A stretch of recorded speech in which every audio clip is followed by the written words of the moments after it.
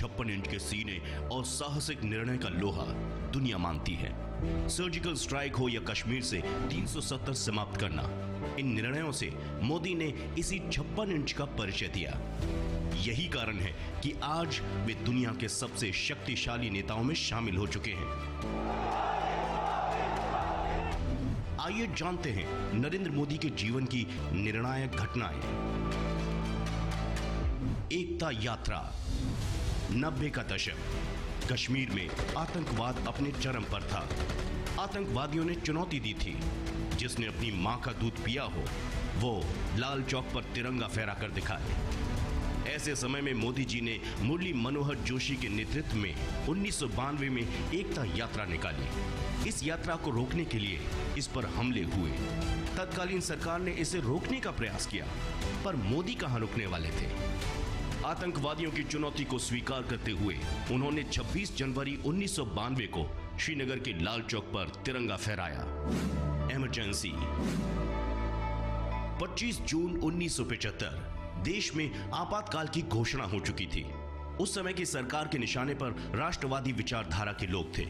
नरेंद्र मोदी का नाम top list में था, पर मोदी को पकड़ना किसी के बस की बात नहीं थी। वे अलग अलग वेशभूषा में घूमते रहे।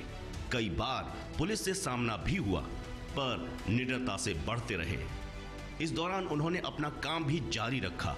आपातकाल के खिलाफ प्रसार और कार्यकर्ताओं का ख्याल रखने में लगे रहे मोदी। यहां तक कि हुलिया बदलकर जेल के अंदर साथियों से मिलने भी पहुंच गए, पर गिरफ्तार नहीं हुए। हुंकार रैली। पटना।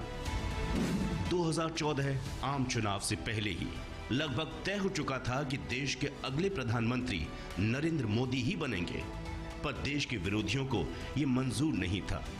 उनका एक ही एजेंडा था, भारत को रोकना है तो मोदी को रोकना पड़ेगा। 27 अक्टूबर 2013 को पटना के गांधी मैदान में मोदी की हुंकार रैली थी। पटना में सुबह से ही सीरियल ब्लास्ट हो रहे थे। रेलवे स्टेशन पर धमाका हो चुका था। आईबी के अधिकारियों ने मोदी को रैली करने से मना कर दिया, पर मोदी नहीं माने। उनके भाषण के दौरान भी ब्लास्ट होते रहे, पर सूझबूझ का परिचय देते हुए मोदी ने सबको शांति बनाए रखने की अपील की। जगन्नाथ यात्रा। 1984 अहमदाबाद जगन्नाथ यात्रा और नरेंद्र मोदी। सांप्रदायिक तनाव की वजह से सरकार ने लगाई थी यात्रा पर रोक। धारा 144 लगाकर लोगों को निकलने से रोक दिया गया था, पर मोदी का संकल्प था। उन्होंने ठान लिया था कि यात्रा निकलनी चाहिए। ऐसे में उस दिन सुबह 4 बजे मोदी जी जगन्नाथ मंदिर पहुंचे और लोग भी वहां आने लगे।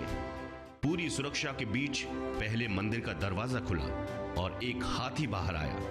उसके पीछे साधु महात्मा भी आए। पुलिस के सुरक्षा घेरा को तोड़ते हुए जब ये यात्रा आगे बढ़ी तो पुलिस के पास यात्रा को सुरक्षा देने के अलावा कोई और विकल्प नहीं था।